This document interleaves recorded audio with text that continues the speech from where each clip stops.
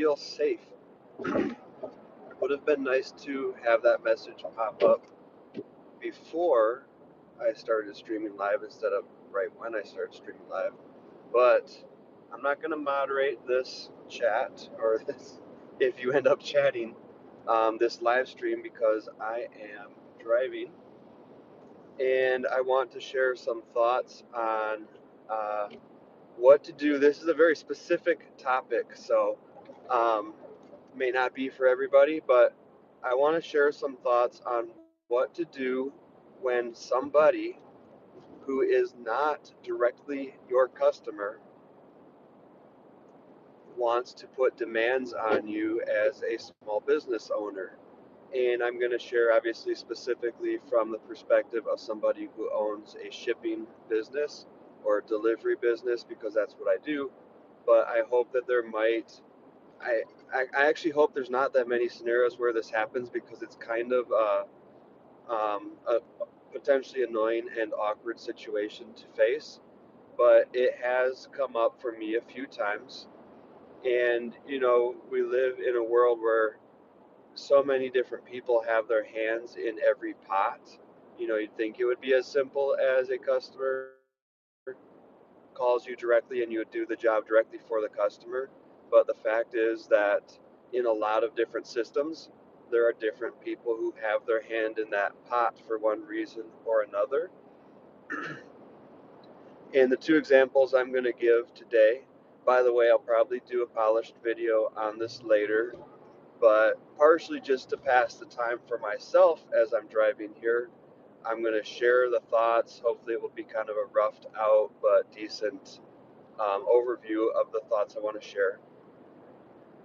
And the two scenarios that I'm going to provide are one, working with a broker, and I pick up the item, and the broker wants me to do certain things, um, supposedly on behalf of the customer, but that weren't spoken up front. So all of a sudden, new demands being placed after picking up the item.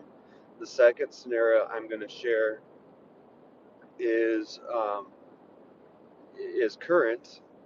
It applies to the load that I just picked up, where you actually see the antlers in the back seat here.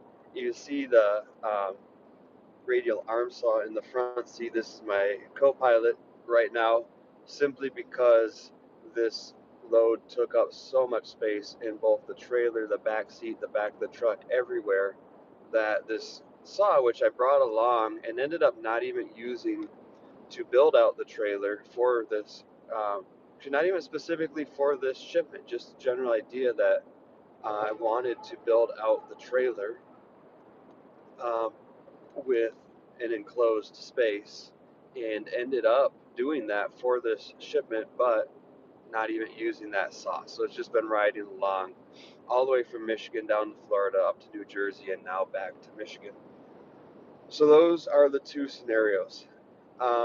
One happened over a year ago when I was basically brand new to the game of booking loads through brokers, which is something that I'm not currently doing. Everything I do now is direct to customer, or at least maybe I'm put in touch with the customer by the seller of an item.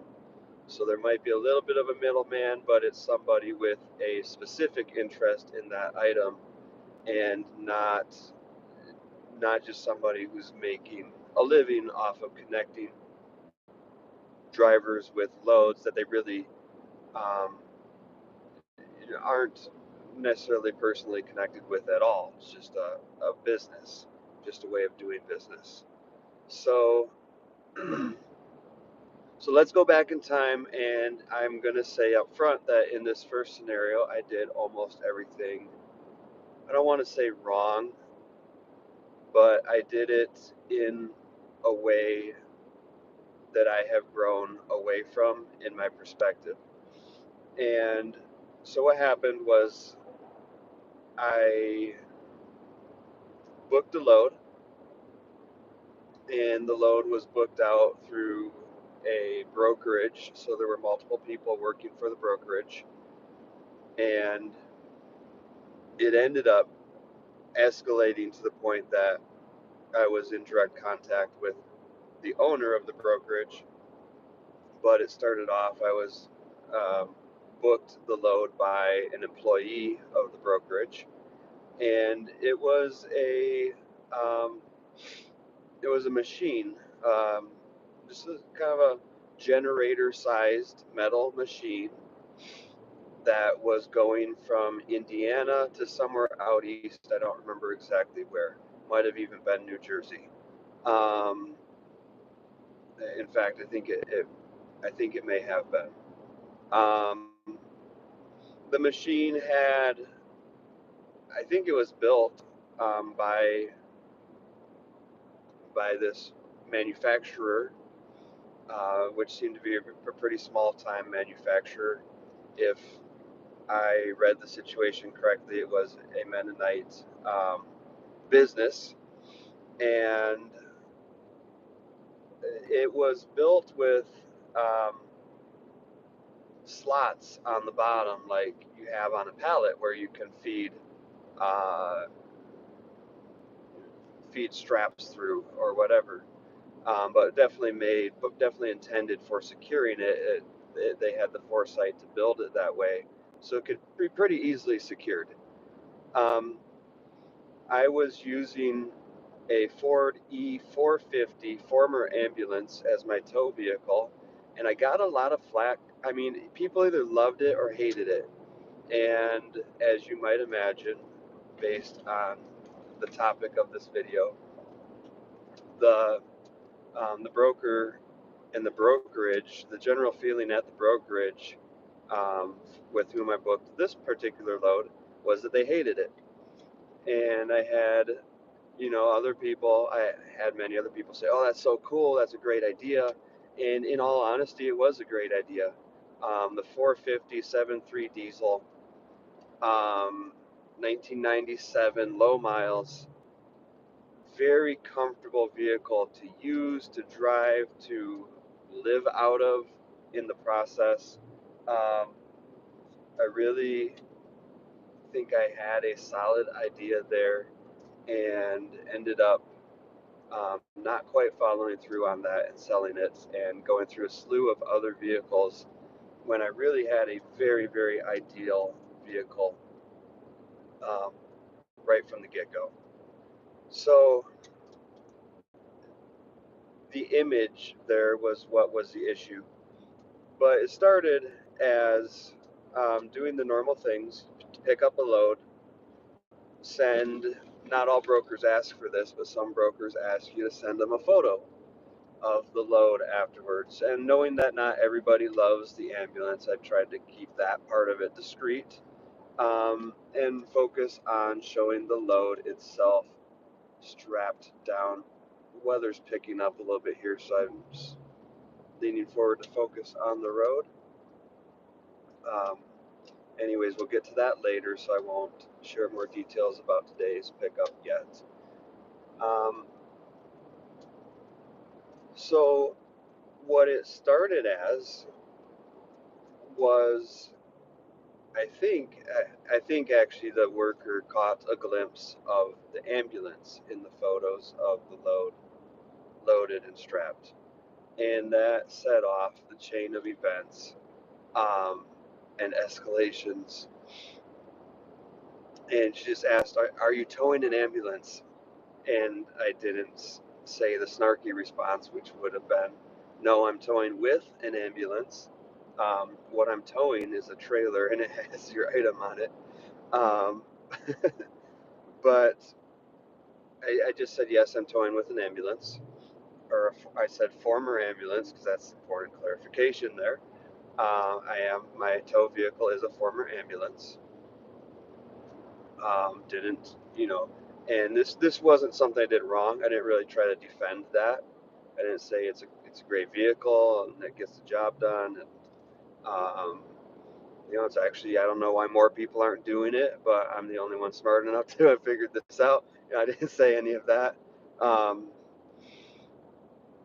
I just said yes, And then that kind of, I think, sparked like an internal with them, um, chain of command thing where other people wanted to look at this because it wasn't what they expected, it wasn't the image they wanted, and it ended up going up to the owner. And long story short, first of all, he said, he really didn't like that it was an ambulance. He has a bunch of customers who are apparently really, um, high end. Like this might be going to, Elon Musk or, um, supposedly he has all these really high end customers who would hate to see their load being towed by a former ambulance. Um, he's like, some of them don't even like to see a flatbed truck. They want to see it on, or like they don't want to see a lift back tow truck, or, a rollback or whatever, um, type of truck. They want to see it on a re- real trailer. It's like a bunch of stuff that doesn't matter whatsoever. Um, and that may be very true. They may have some customers who have very specific desires as to how they see their load arrive, um, because they feel like because they're wealthy they need to, put a bunch of stipulations on what's right or wrong for other people. But I just want to say this, I've met a lot of wealthy people in the course of doing business because it's wealthy people who can afford to buy expensive things and ship them. Um, and in my experience, it tends to be the people who are serving wealthy people who are more concerned about the image than the wealthy person actually is. Um, the vast majority, and I'm not saying there aren't exceptions, and there's just kind of jerks, in every walk of life. I don't think that's something that comes with wealth or, um, anything else. There's people who are like that anywhere you go. But the vast majority of all people, including rich people who I have come into contact with, um, aren't hung up on things like that.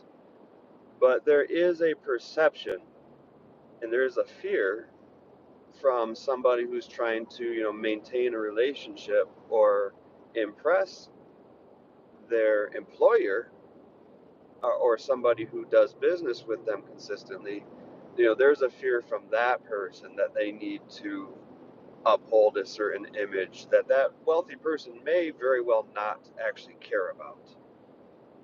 So that was one thing. He was like, you know, bummer is being towed by an ambulance. Nothing we can do about it now, but I'm not happy about that. And the other thing he said was, I need you to buy a chain and binder. And I was using straps for this item, and straps were completely adequate for the item.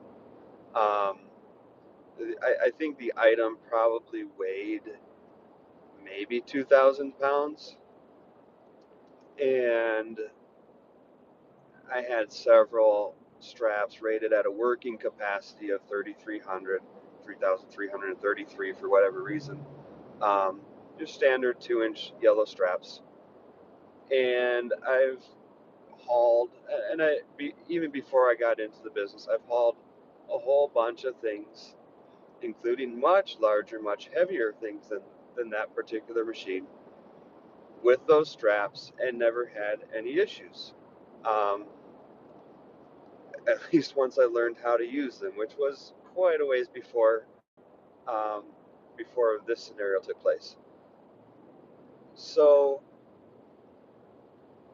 now what's happening is that he's essentially demanding. He said, I haven't even sent photos to the customer yet because they're not going to want to see it tied down with those straps. They're going to want to see chains on it. They don't want to see the ambulance, whatever. He's basically, you know, um, withholding information from his customer, whether the customer even cares about that or wants a photo or not, I don't know, because of the image that he wants to present. So now he's asking me to buy a product that I think cost $173 when I purchased one, because I did purchase it.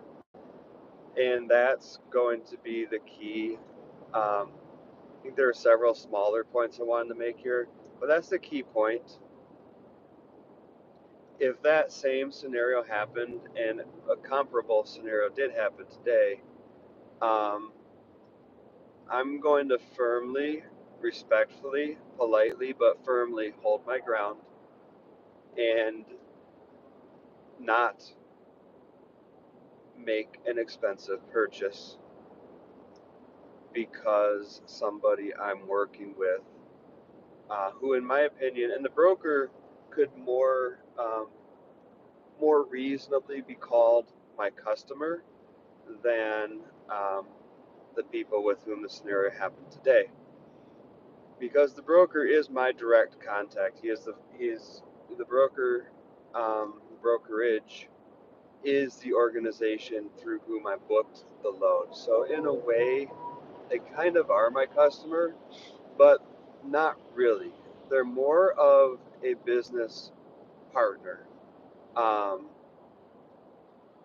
and yes, it's definitely like a on the fly business partnership that was just formed today. But that's how that works.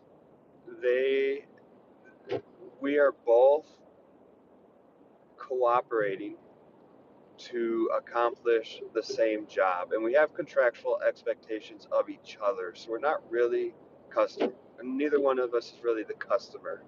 Um, we are doing business together.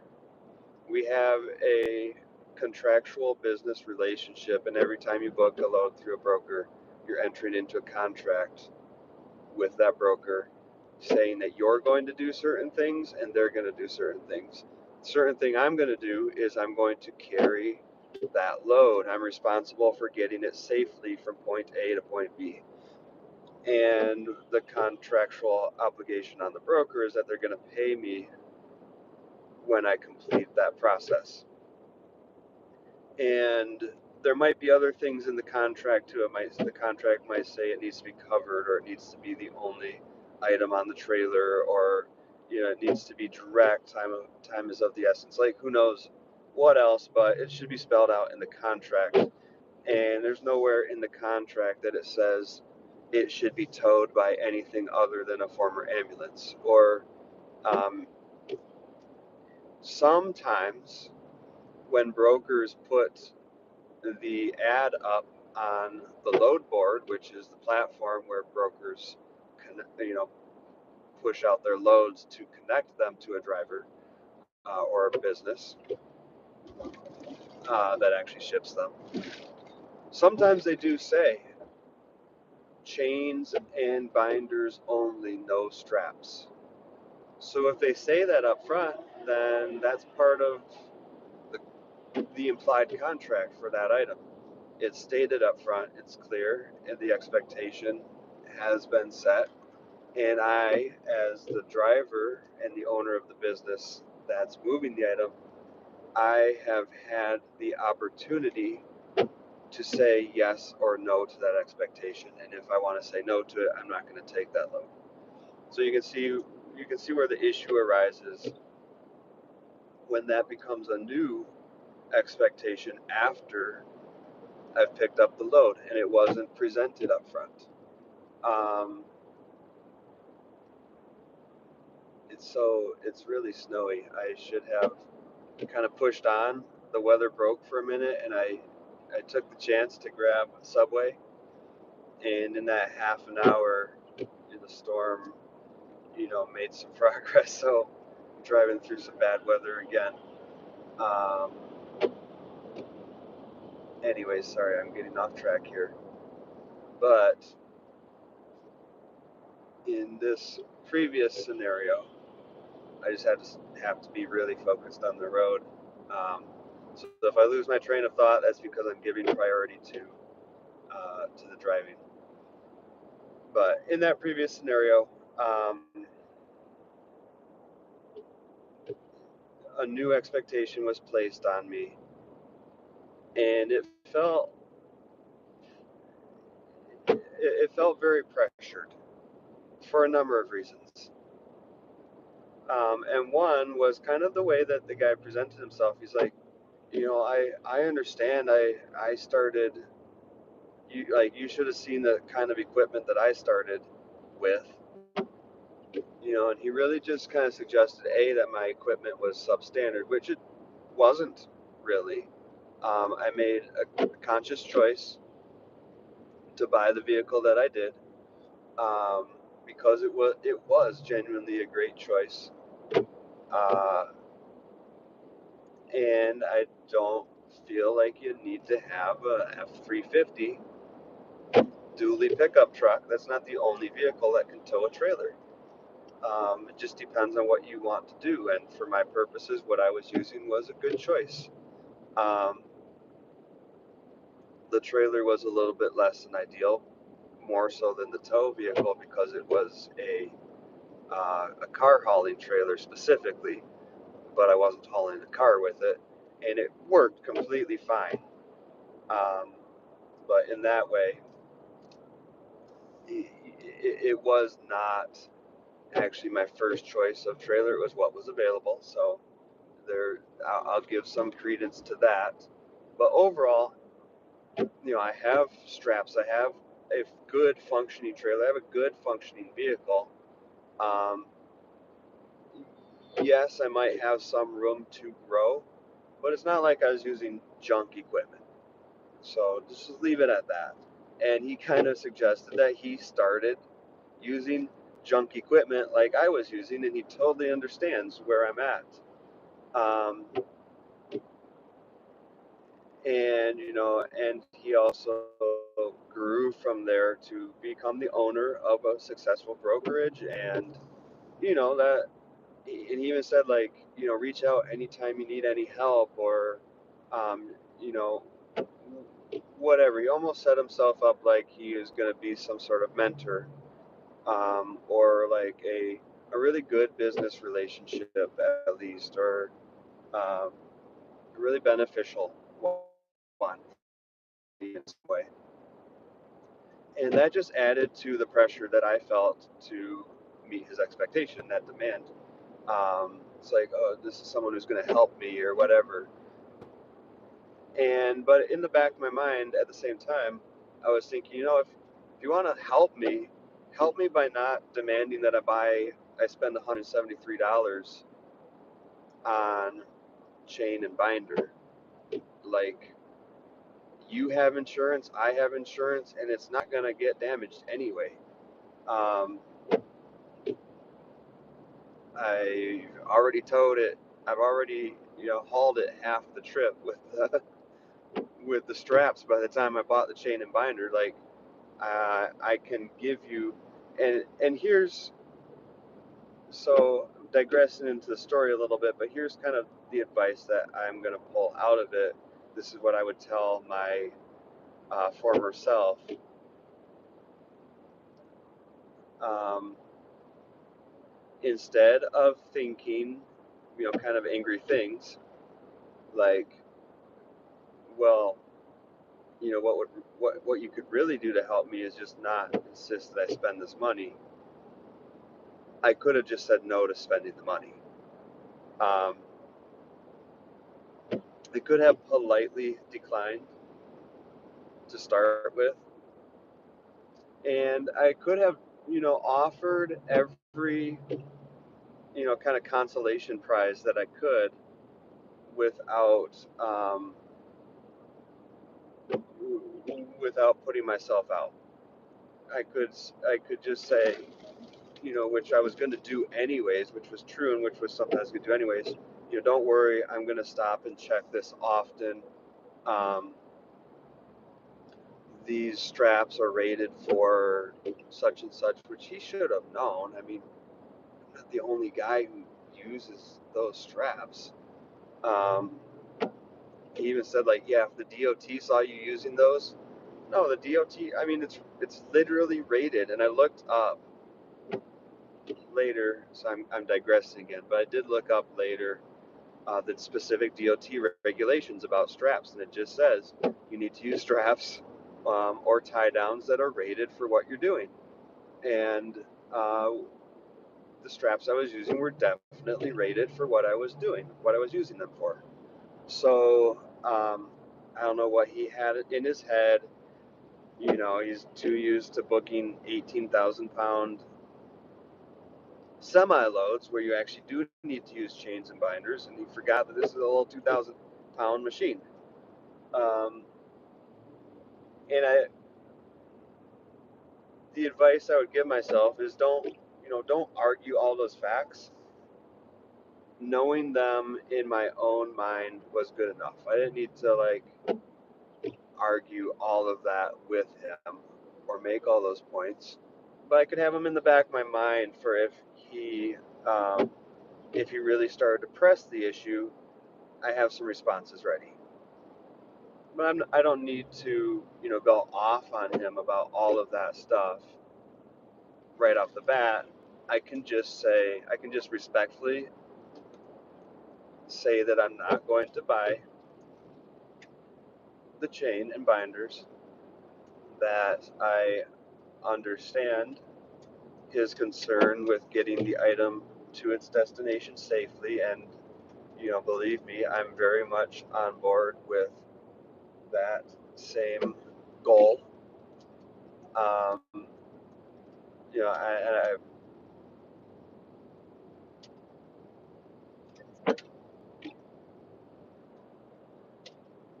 apologies, as far as they go, don't necessarily hurt. Say I'm, especially when it's kind of honest, you know, just admission of, this could be better or whatever.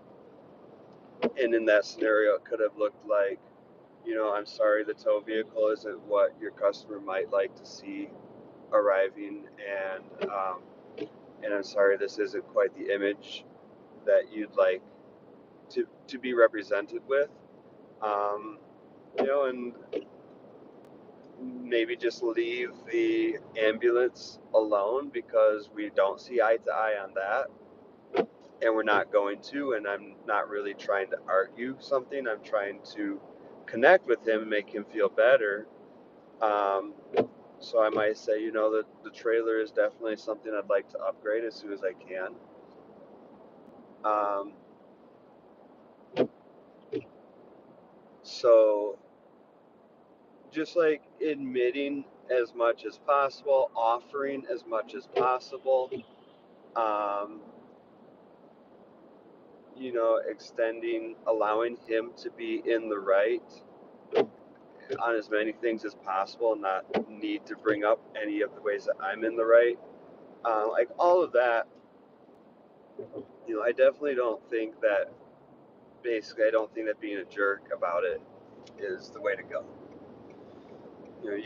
You can, you don't know when something's going to be a, uh, a beneficial relationship, or even just,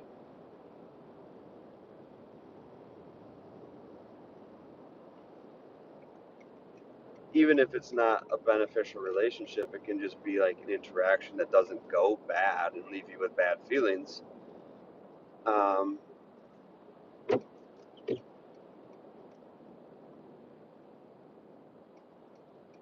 Let me get off on this exit here.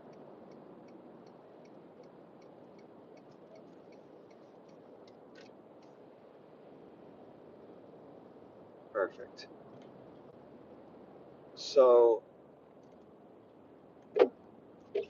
I could definitely have declined to do the thing he was asking me to do, but throw him as many bones as possible in the process, um, and continue to be respectful and professional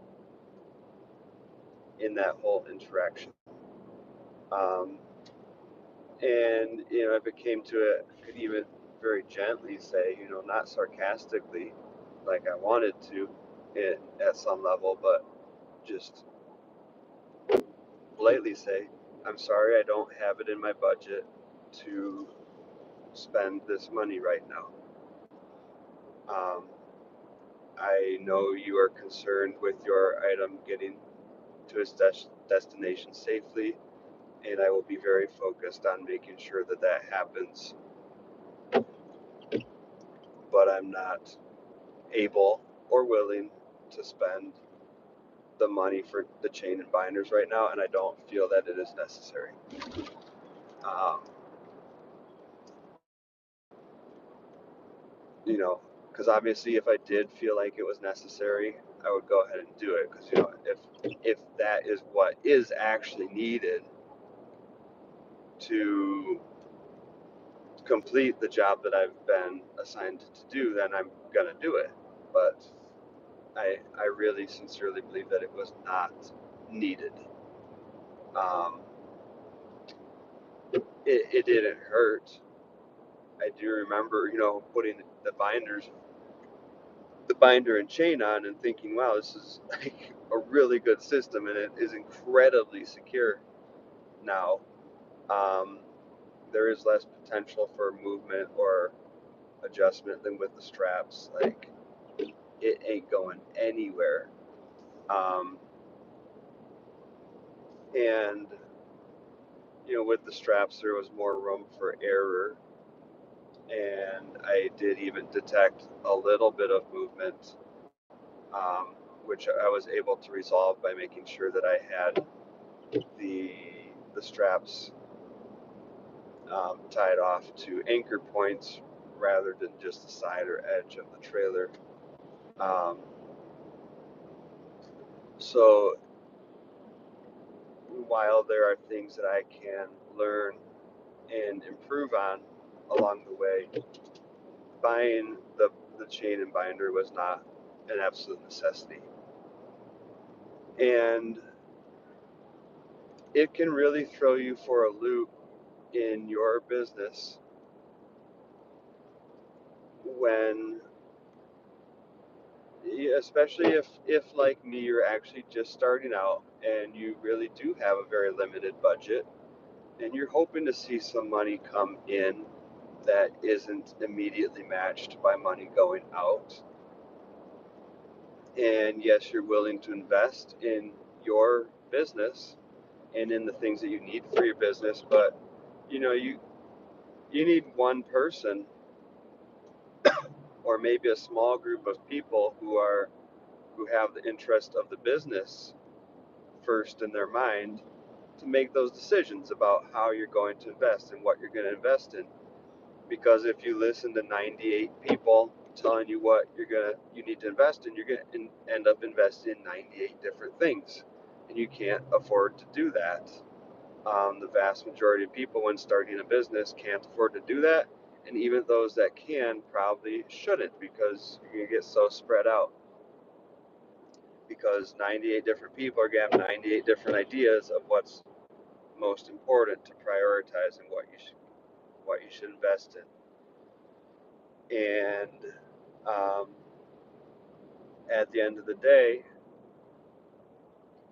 if they really have such strong opinions, then maybe they need to start their own business and do it the quote right way that they are so opinionated about, um, that they want to tell you how to do it that way in your business.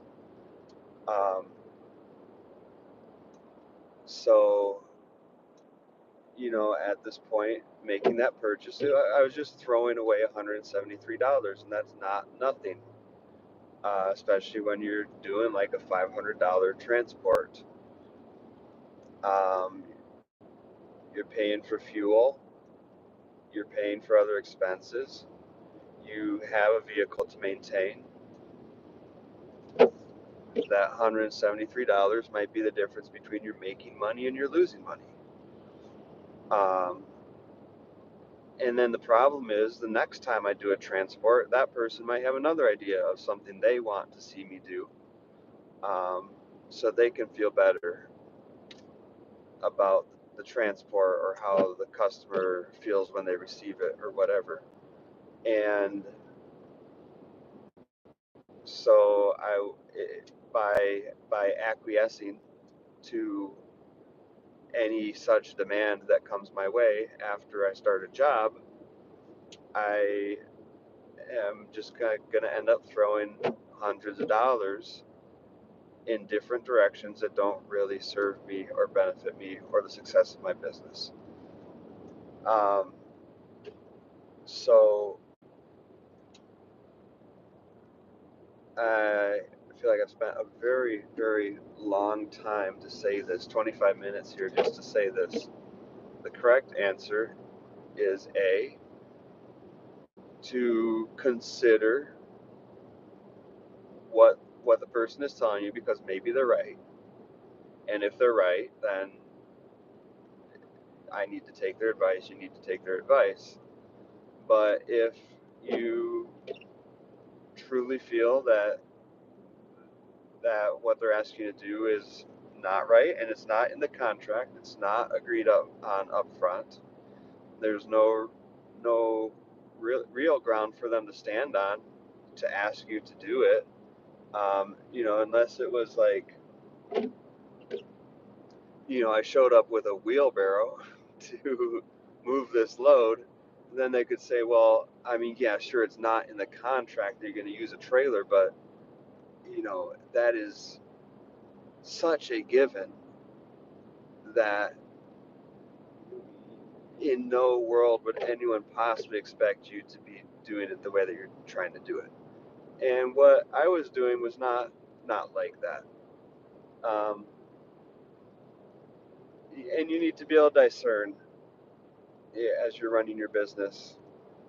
You know, are they just asking me to do the reasonable, basic thing that um, that should be able to be expected, and I need to man up or woman up and buckle down, um, and like just go ahead and meet that expectation because it is what any reasonable person would expect, contract or not? Or are,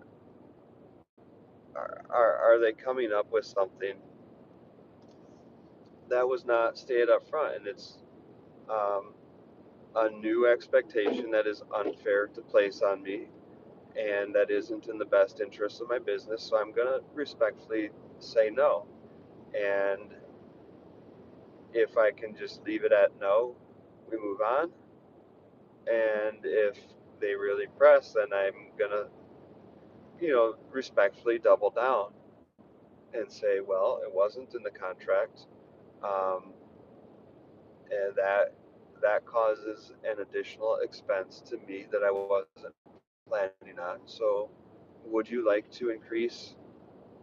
Would you like to increase my pay to compensate for that? Because if this really really matters to you, here's what it costs.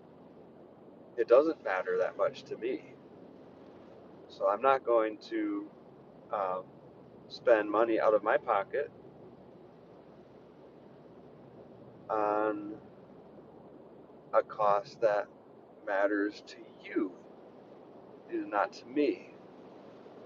So, um, and that is always a possibility too. Just saying, hey, well, would you increase the pay by X amount, because that's what it's going to cost me to meet this expectation that you did not state up front. So let's just jump ahead to today, because I feel that it's an example of um, kind of getting this right to an extent. Um, and, arguments can always be made in either direction. So uh,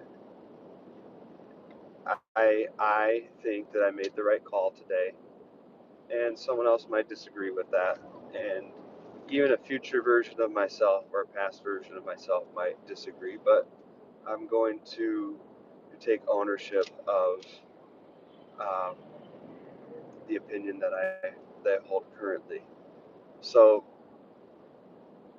I had a customer who I've worked with before call me up and say, or she actually texted me to be more specific, to be more correct, and asked, can I pick up a lot of items in New Jersey?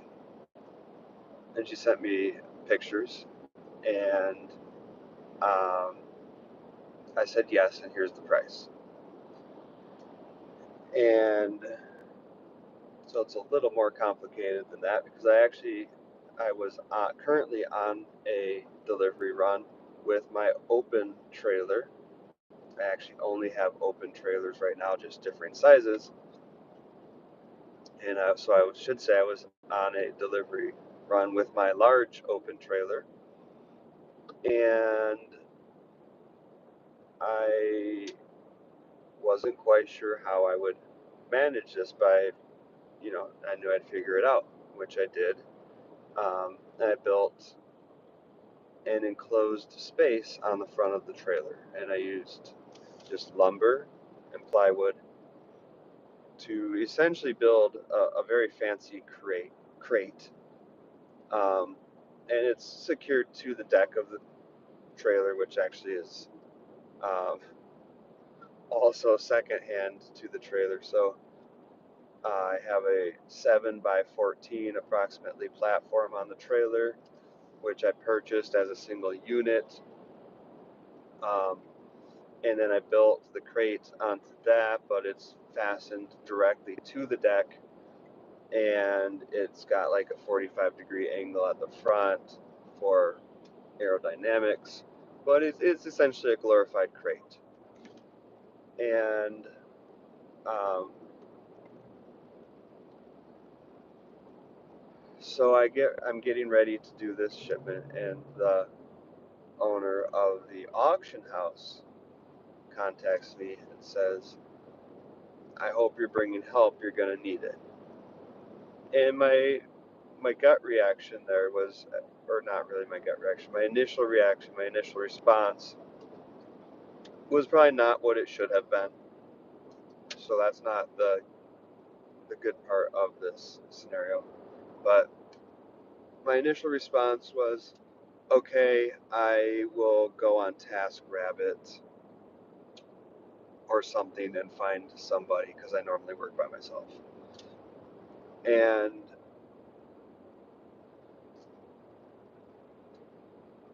one thing that I need to continue learning, is to not make promises in the moment when somebody requests something, especially if it's not something that immediately aligns with what I want to do or believe in doing, or feel like I should do. And so in this case, what I said was a lot more about,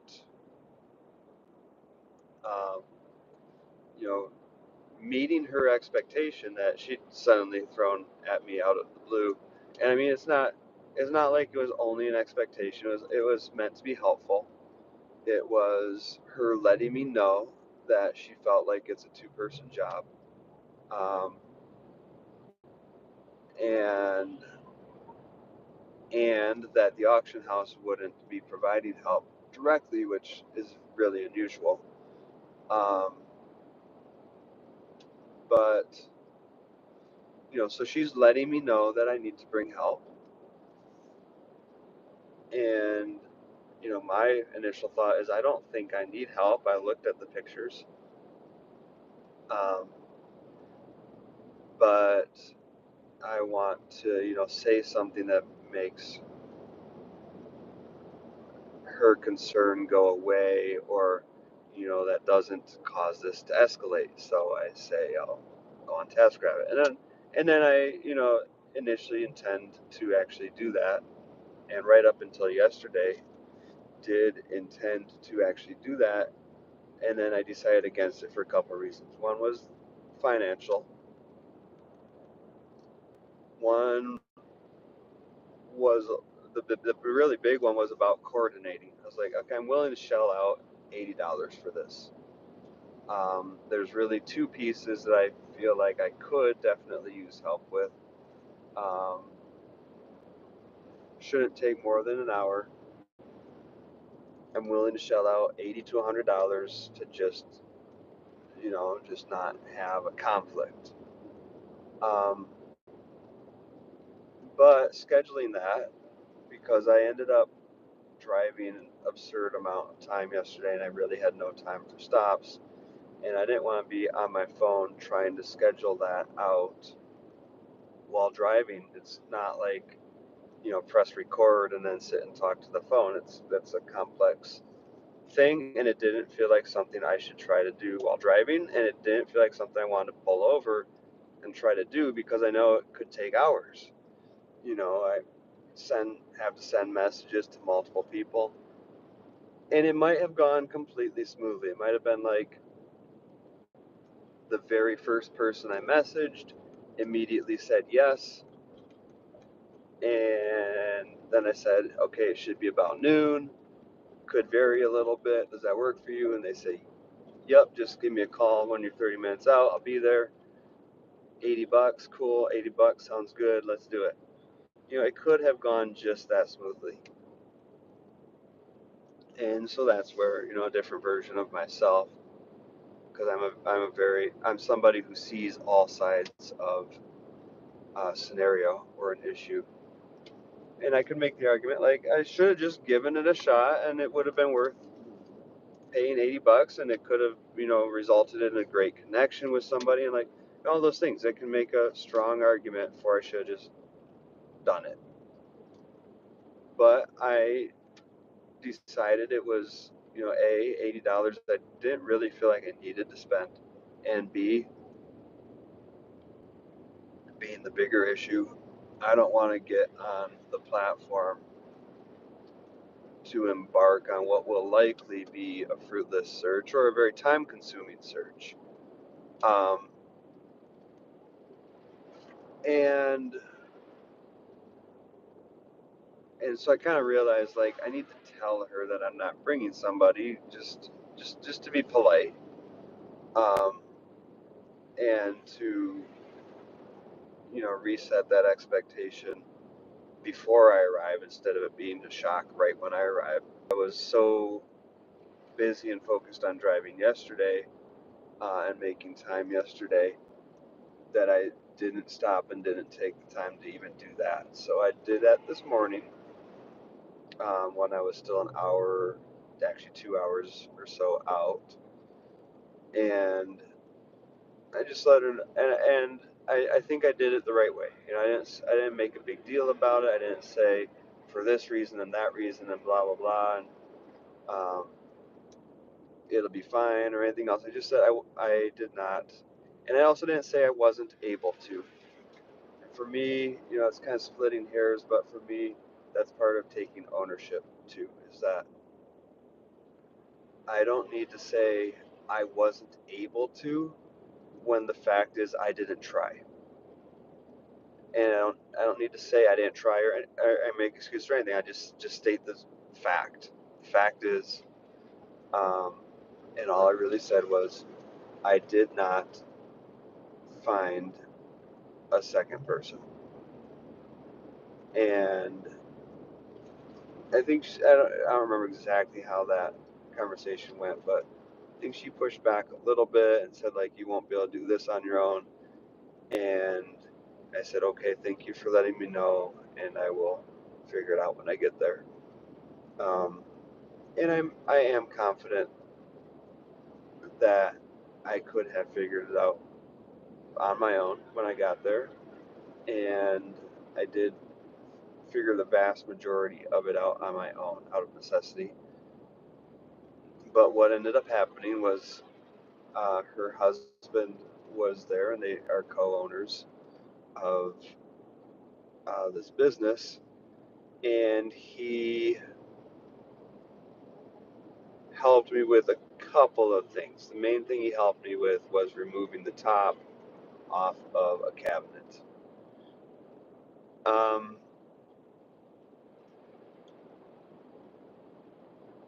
I could have removed that top off the cabinet on my own. I think it was very heavy. Um, but more than likely, what I would have done was taken the whole cabinet outside on rollers, um, and tipped the whole thing down, or tipped the top part off directly onto the trailer rather than trying to lower it to the ground. Um, they were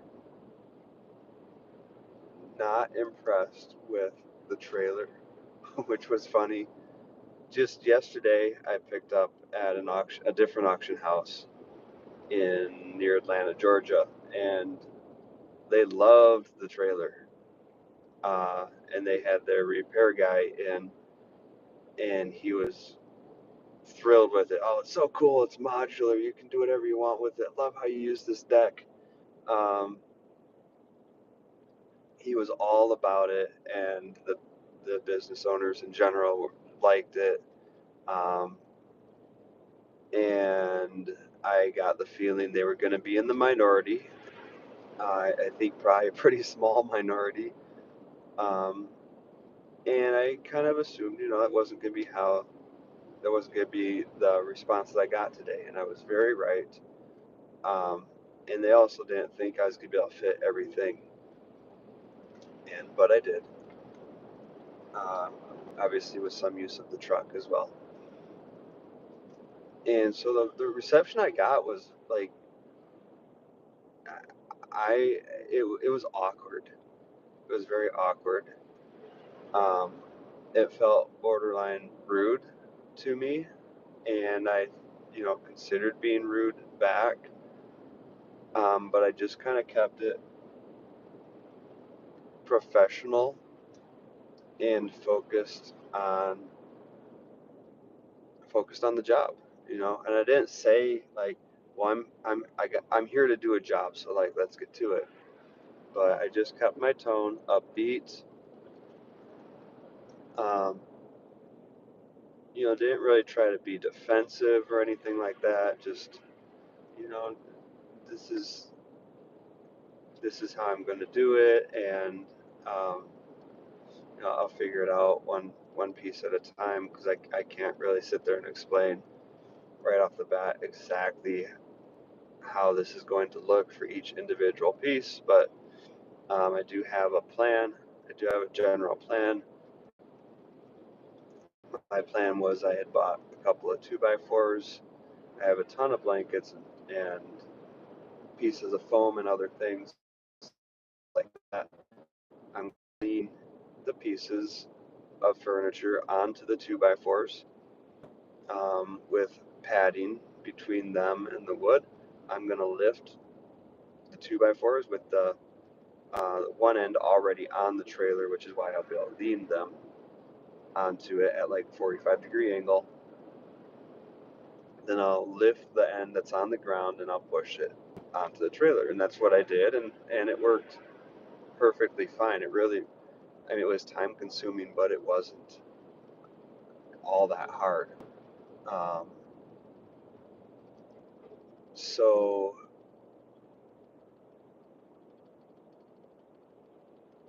the point being, I guess, I'm going to try to wrap this video up. It's been way too long already. Um, the point being,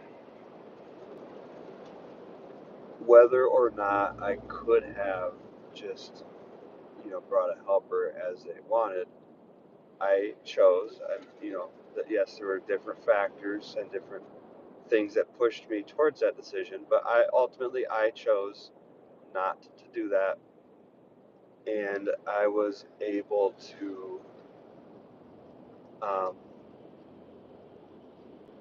you know, respectfully move past that. And the really cool thing that happened, I kind of want to just skip to this.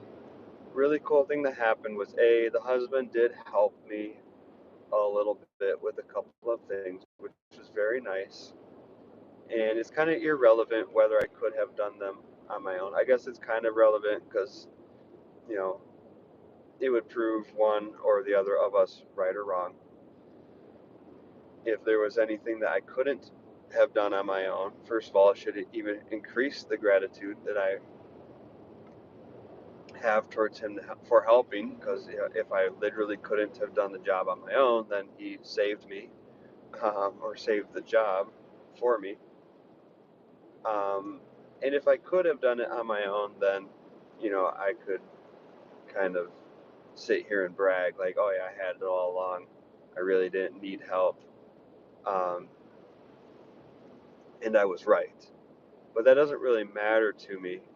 Even if I could have done it on my own, which I believe that I could have, um, the fact that he went ahead and just lent a hand with a couple of things, even though, for whatever reason, that doesn't seem to be their policy at that particular place. Um, it was really nice. And, as I just kind of maintained a professional, nice, matter of fact attitude throughout that whole situation, and stayed friendly and, just introduced myself. Hey, my name is, what's your name?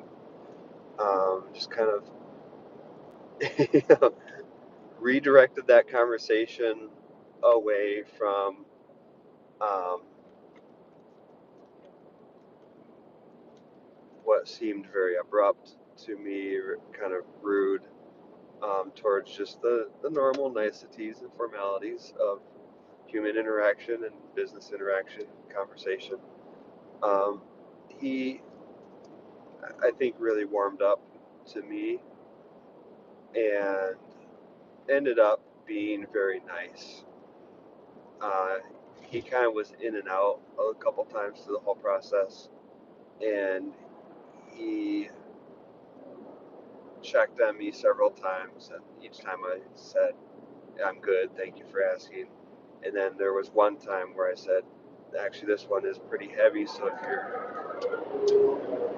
if you're willing to lend a hand, I will take it.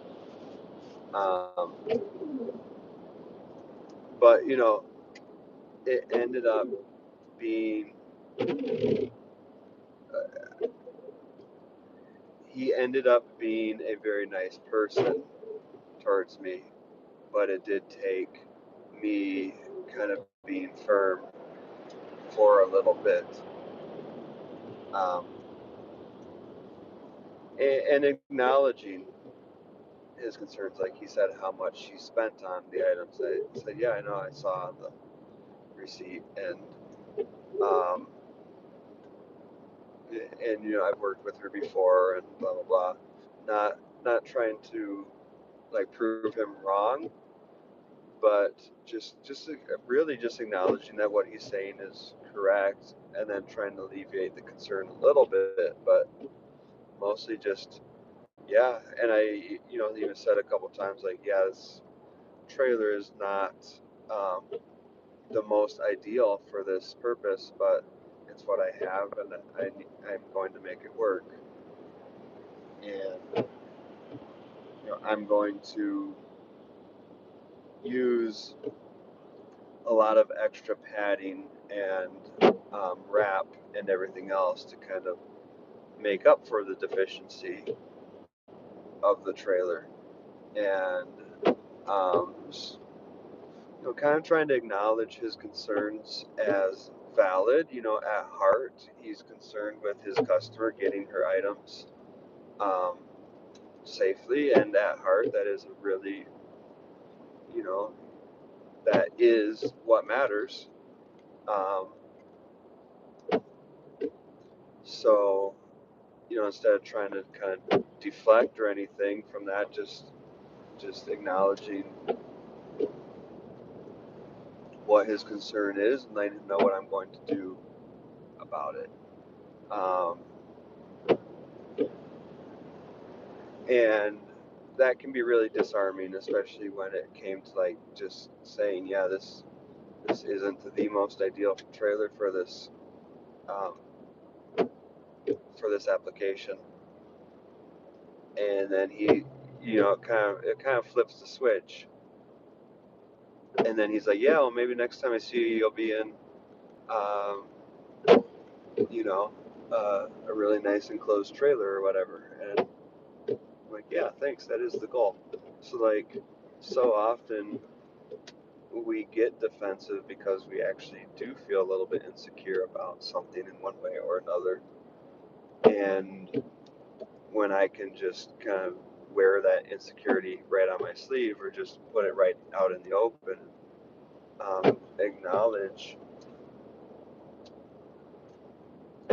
it, now that other person is a lot more in my corner. Because I'm not trying to defend something that's less than ideal.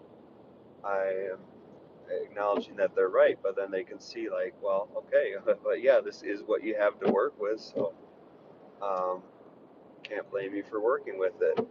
And now we're on the same team.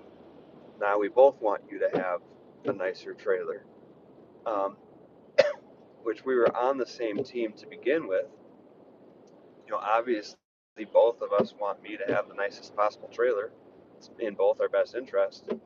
Um, but defensiveness can make it sound as if we're on different teams. If I start defending what I have instead of, you know, um, allowing myself to be on team, we want to see a nicer trailer. Because like, why wouldn't I want that? Um, so just erasing the pride from the response, but at the same time being very matter of fact and not necessarily pressured into um, trying to make an immediate change or adjustment that you haven't budgeted to make, and letting that get out of control. Um, so, anyways, those are my thoughts. Really need to focus on the road here. If I could have cleared this by just staying hungry for another hour or more, it would have totally been worth it. I will say that this weather is very much going to test what I built. There will be a different video on it, I assume, at some point. Oof. It was like midnight when I first started the trip. Um, so, yeah, I've really been so booked up and back to back, like always have something going on, always on an active delivery, pulling really long hours. And so I haven't kept up with videos as much as I would like to. Part of the reason that I decided to do this one as a live video, which now I'm not loving because it feels very rambly. But yeah, at some point I will make a video showing the trailer, etc. Um, and that video will have some footage of this weather. I'm sure I'm going through the mountains in heavy snow right now. So I guess if you're watching this, which why would you be? It's like 64 minutes in now. But if you're watching this, you can watch out for that. And uh, yeah, either this. I was thinking this earlier today when I was having this, monologue in my own head as I loaded stuff up. Um, this video, I am aware, could age very well or very poorly just depending on how safely these items get to their destination in South Dakota. Um, because if I don't successfully get them there safely, then this whole video is going to age horribly. But if I do, then it's going to age well. And outcome is not always indicative of making right choices or wrong choices, but it often is related. And um, sometimes the problem, of course, that causes an issue is not the problem that, or is not actually related to whatever process is in question. Like, I could crash on this really steep, snowy road and damage all the items, and then the people would think, like, oh yeah, see, that trailer really was bad news, but it wasn't the trailer at all. It was just my driving ability or decisions, and it could have happened with a brand new enclosed trailer. Because most likely, um, the trailer was, or the specific trailer had nothing to do with the accident, which, knock on wood, is not going to happen. But just give an example. And so, that was another part of my advice to my younger self or to other people when somebody puts an expectation on you is it is definitely time to really stay focused and get everything right, because like maybe there is something to do with the energy that they're putting into it. They're expecting you to fail. um, you got to really watch out for that expectation having an effect on the outcome. But at the same time, it might not be because of any sort of energy um, in some sort of mysterious, mystical way. It might just be that uh, when somebody expresses a lot of doubt in you, it can cause self doubt, and it can cause you just kind of be flustered in general. And being flustered in general is, an opportune moment to make mistakes. So, like, you just gotta check in with yourself, make sure that you're good, and make sure that you stay focused even more than usual on kind of just not making mistakes, just getting things right as much as possible. So, anyways, I'm gonna shut the video off here, and thank you for watching.